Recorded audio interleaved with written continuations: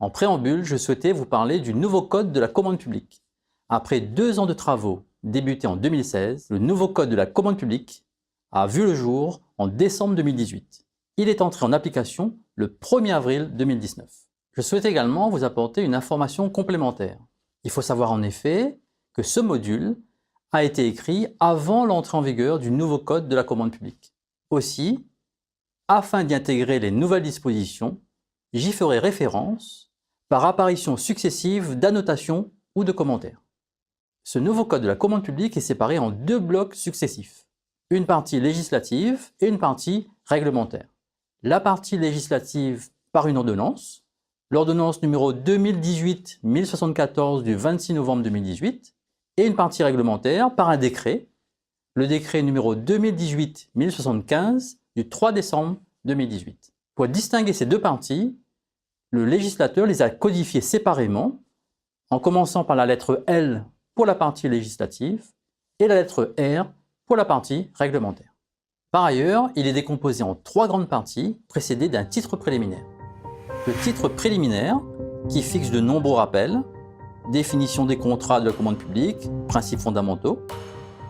La partie 1, qui aborde une partie générale, ainsi que la définition et les champs d'application, les contrats, les acheteurs. La partie 2, qui parle des marchés publics et qui est structurée dans 6 livres autour de la vie du marché. Les marchés publics proprement dit, avec les phases suivantes: préparation, choix de la procédure, engagement de la procédure, choix, candidature et offre, technique d'achat, règles applicables à certains marchés, exécution du marché. Les marchés de partenariat, les marchés de défense ou de sécurité, les dispositions propres à la loi MOP, les autres marchés publics et les dispositions relatives à l'outre-mer. Enfin, la partie 3 qui aborde exclusivement les concessions. Enfin, le nouveau code intègre une nouvelle codification structurée autour d'un plan à 4 niveaux. Niveau 1, codifié 1, partie.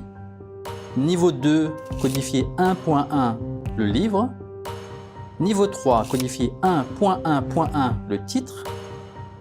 Niveau 4, codifié 1.1.1.1, le chapitre. Le niveau inférieur à celui du chapitre, section et sous-section, apparaît par un chiffre après un tiret.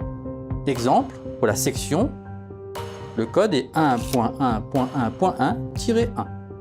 À titre d'exemple, l'article R2.1.1.1-1, qui parle des études et échanges avec les opérateurs économiques, correspond à la lettre R, donc la partie réglementaire.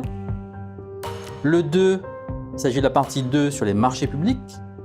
Le 2.1, c'est le livre 1 sur les dispositions générales. Le 2.1.1, c'est le titre 1 qui parle de la préparation du marché.